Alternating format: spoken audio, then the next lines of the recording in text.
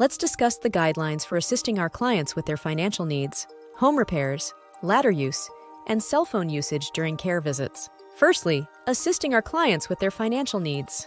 You must not handle balancing a client's checkbook or write a rent check on their behalf.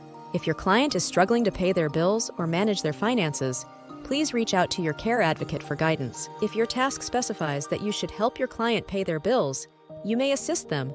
But remember, we are never to do it for them. The goal is to support their independence, not to take over their financial responsibilities. When it comes to assisting our clients with repairs, we do not perform repairs around the client's home. Instead, contact your care advocate or help the client research a reliable business that can assist them with their specific needs. This ensures that any repairs are handled professionally and safely. Regarding ladder use, never climb a ladder in a client's home. You are permitted to use a single step stool if needed, but avoid any activities that require climbing ladders to ensure your safety and the client's safety. Lastly, let's talk about cell phone usage. There are several legitimate reasons to use your phone during a care visit, such as communicating with the office or accessing client-related information. However, always inform your client what you are doing on your cell phone when using it in their home. Personal use of your cell phone during care visits is not allowed.